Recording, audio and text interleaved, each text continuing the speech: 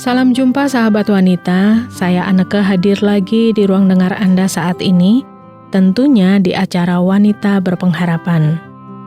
Terima kasih banyak untuk sahabat wanita yang sudah menanggapi acara ini. Terima kasih kiriman surat maupun WhatsApp-nya. Terima kasih juga untuk pertanyaan maupun usulan yang sudah disampaikan. Kami terus berusaha menjawab satu persatu semua tanggapan yang masuk. Hari ini saya mau bagi informasi tentang salah satu prosedur pemeriksaan di rumah sakit yang sering sekali ditanyakan banyak orang. Informasinya tentang CT scan dan MRI. Informasi ini akan mengisi bagian pertama acara ini. Dan di bagian kedua nanti, Ibu Lilis Gantari akan mengingatkan kita untuk mengumpulkan harta di surga. Selamat mengikuti.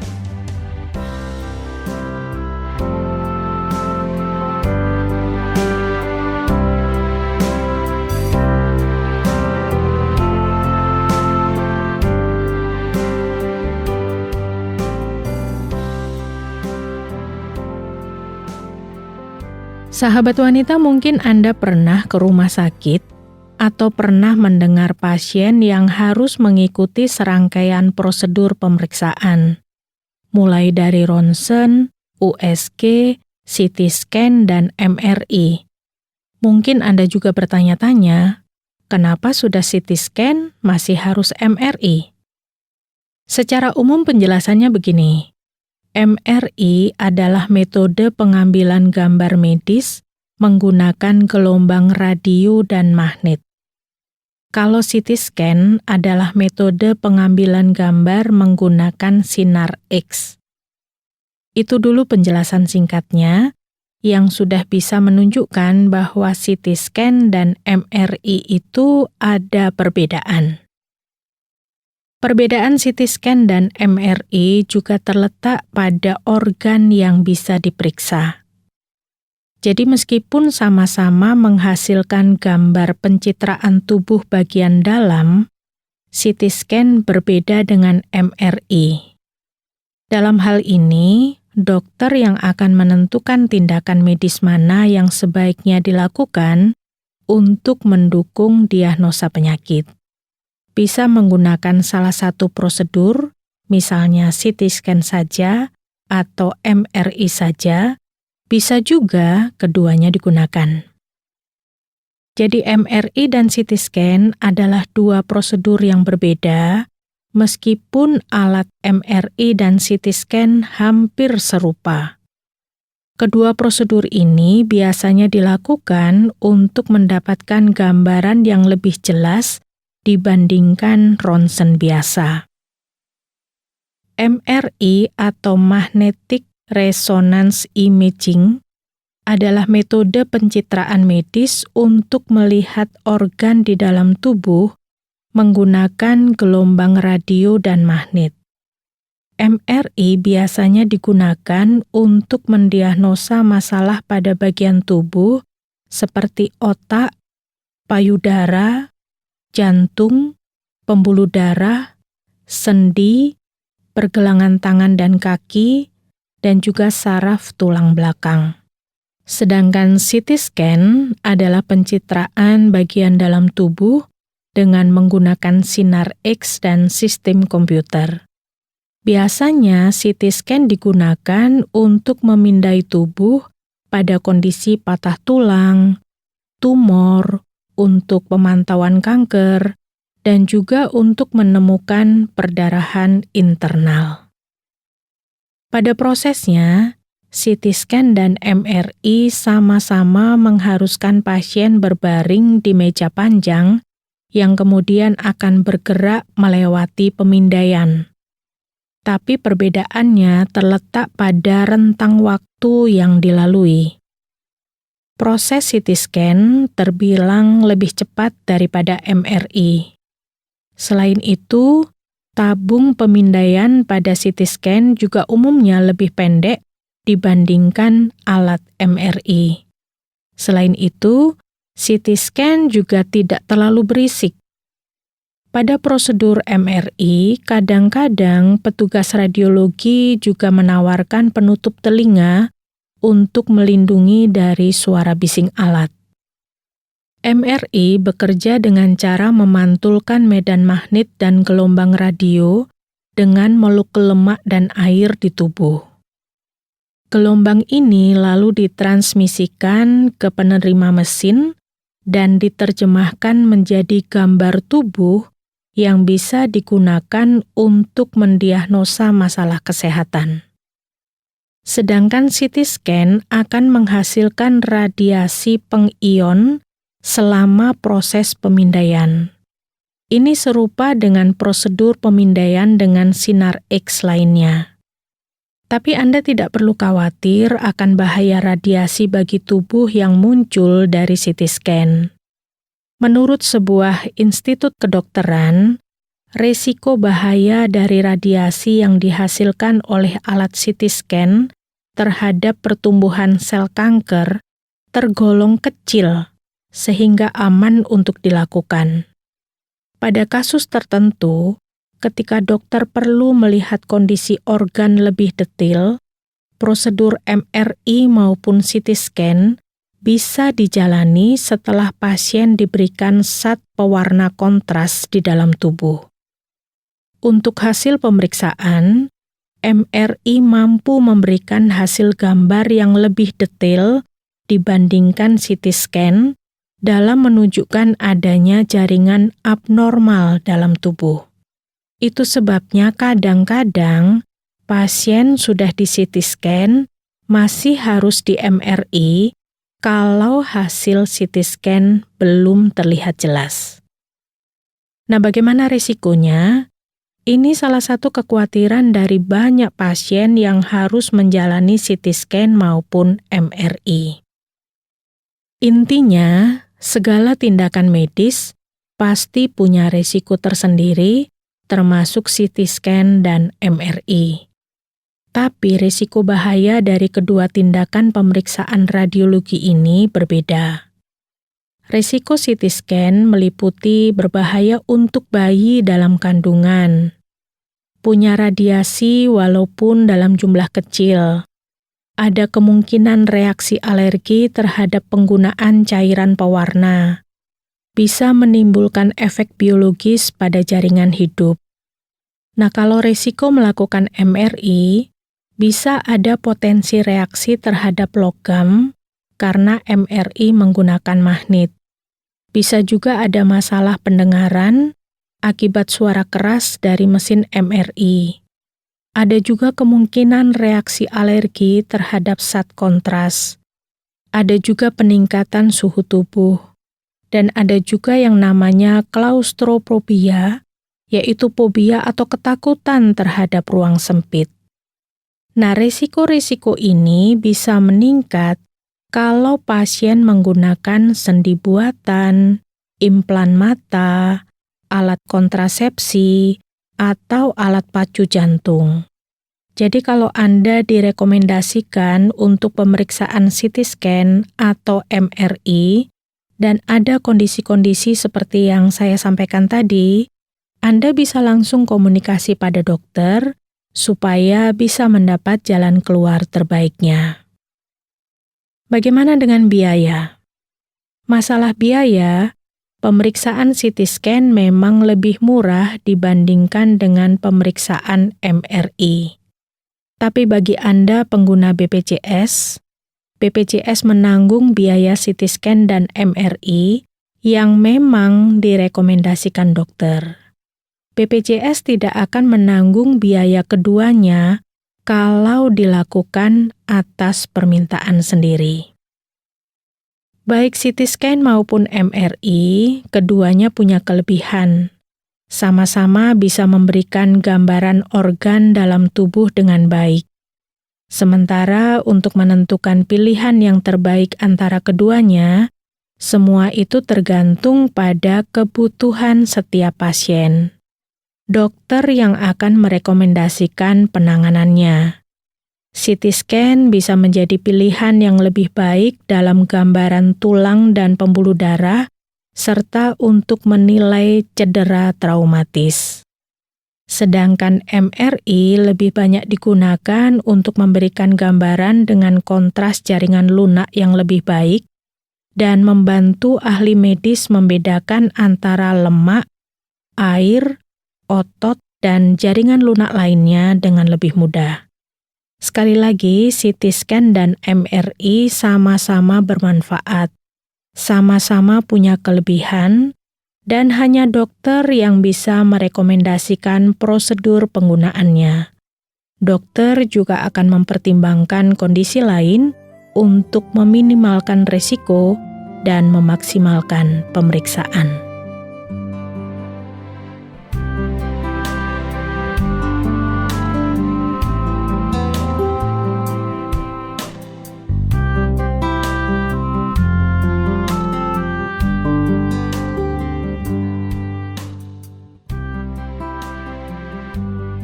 Sahabat wanita, saya berharap CT scan dan MRI tidak lagi membingungkan Anda seandainya salah satu tindakan ini menjadi prosedur pemeriksaan yang harus Anda jalani.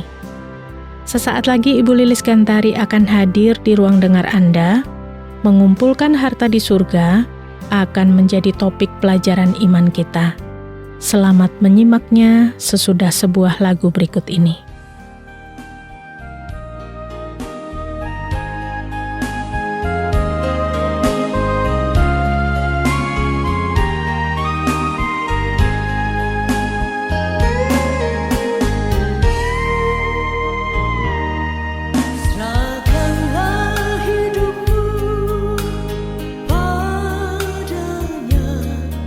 Serahkanlah seluruh persoalanmu.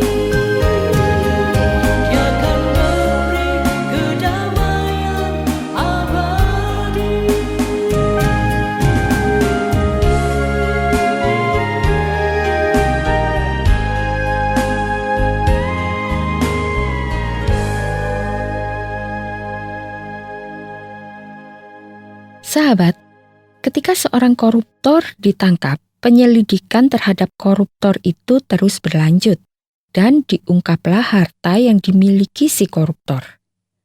Masyarakat dibuat heran dengan banyaknya harta yang dimiliki koruptor itu. Ada puluhan rumah dan mobil, bahkan ada yang memiliki sebuah pulau kecil.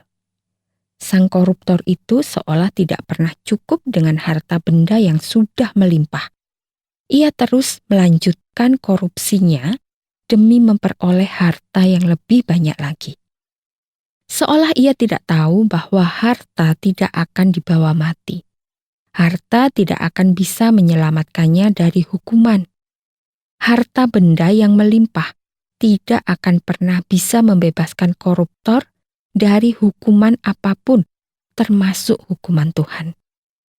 Sahabat, kehidupan manusia memang tidak bisa dilepaskan dari harta benda. Manusia membutuhkan harta untuk hidup nyaman dan enak. Manusia membutuhkan harta untuk menjaga gengsi, status, dan juga kehormatan. Harta memang bisa menolong manusia menjalani hidup ini dengan lebih mudah bila manusia itu bisa menguasai harta itu.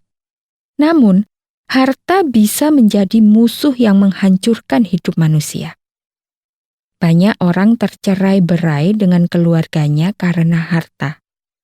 Banyak orang bermusuhan karena harta. Banyak orang saling membenci karena harta.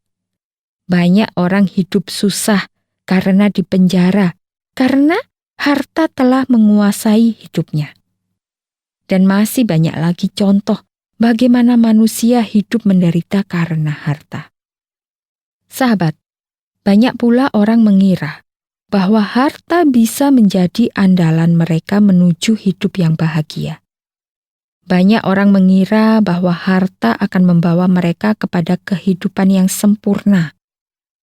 Banyak orang mengira bahwa harta adalah satu-satunya alat untuk kebahagiaan hidup karena dengan harta, orang bisa melakukan apa saja. Bahkan orang percaya bahwa harta bisa membawa orang untuk menguasai dunia dan segala isinya. Bagaimana pendapat Anda tentang harta? Apakah Anda juga mengandalkan harta untuk kebahagiaan hidup Anda? Apakah Anda juga ingin mengumpulkan harta sebanyak-banyaknya agar Anda bahagia dan puas dengan hidup ini? Apakah Anda belum pernah tahu bahwa harta tidak akan pernah dibawa mati? Apakah Anda belum tahu bahwa harta hanyalah sebuah alat yang menolong manusia hidup baik? Dan apakah Anda belum tahu juga bila harta bisa membuat Anda serakah? Ada banyak hal yang belum kita ketahui mengenai harta, termasuk bagaimana kita memperlakukan harta kita sendiri. Sahabat, tahukah Anda apa kata Tuhan Yesus mengenai harta? Kita akan membaca nasihat Tuhan Yesus mengenai harta yang terdapat dalam Injil Matius pasal yang ke-6, ayatnya yang ke-19 sampai ke-24. Mari kita dengarkan nasihat itu yang mengatakan, "Janganlah kamu mengumpulkan harta di bumi ngengat dan karat merusakkannya, dan pencuri membongkar serta mencurinya. Tetapi kumpulkanlah bagimu harta di sorga.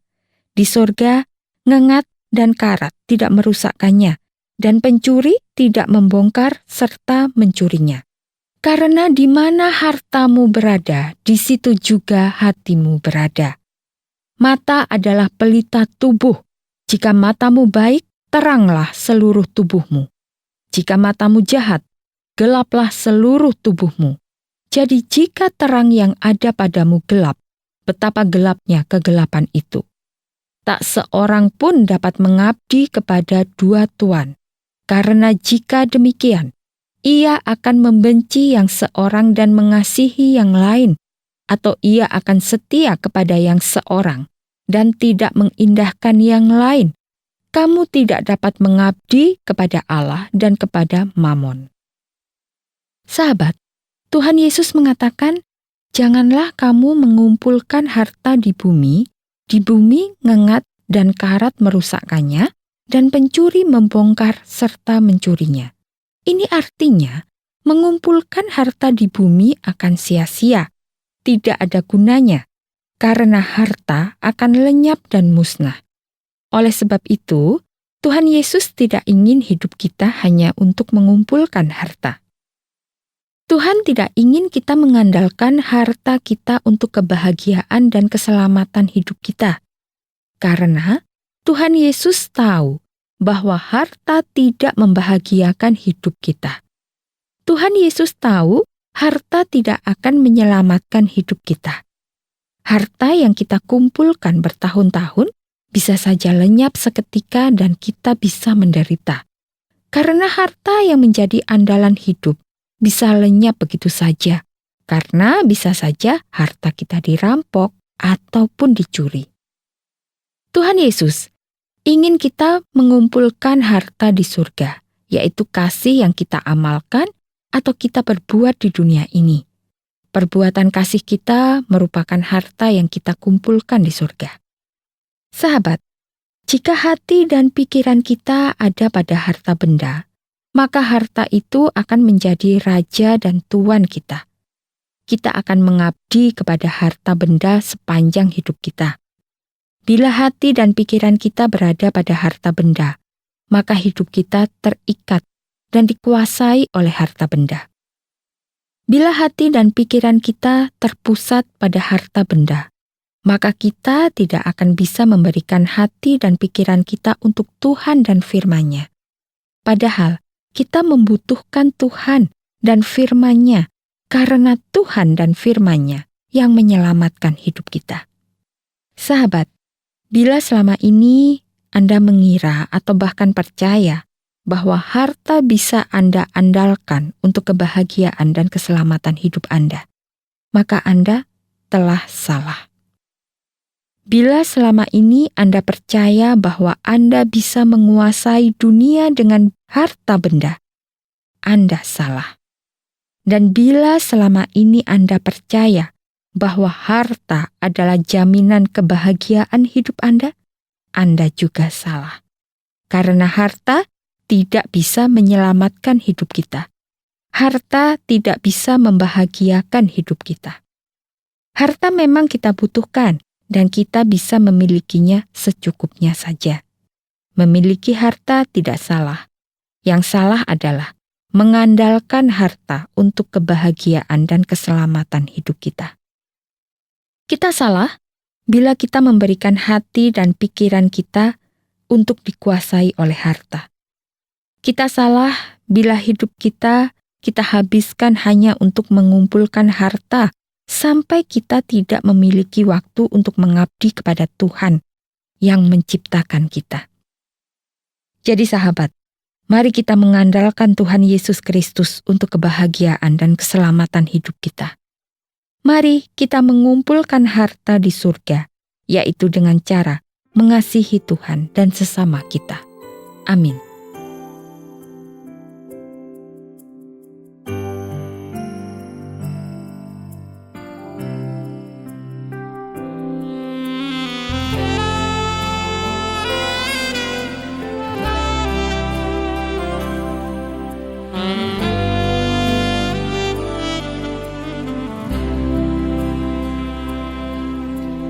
Bagi Yesus ku serahkan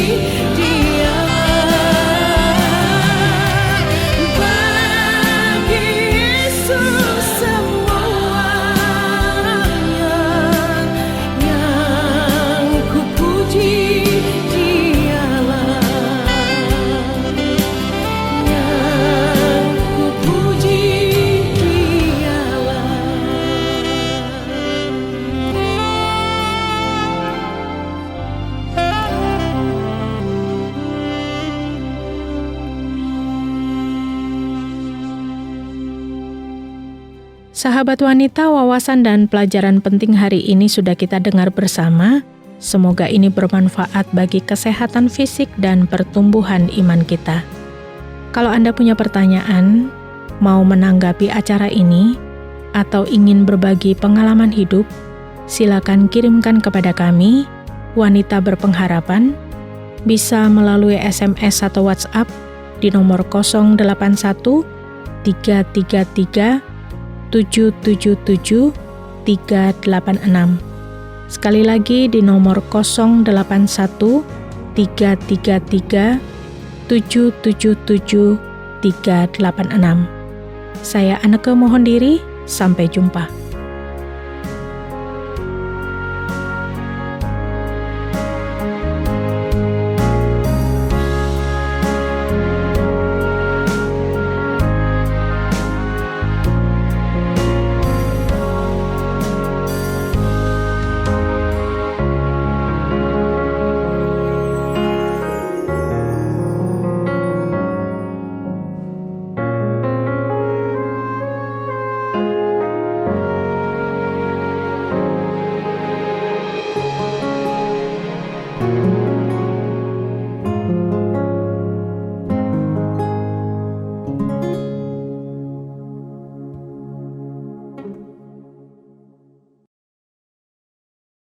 Terima kasih Anda sudah mengikuti program kami. Jika Anda diberkati, jangan lupa like, komen, dan share supaya Anda tidak ketinggalan setiap program terbaru kami. Jangan lupa juga untuk subscribe channelnya dan nyalakan loncengnya. Jika Anda ingin mendukung pelayanan kami, bisa melalui rekening kami berikut ini atau menghubungi kami di sini.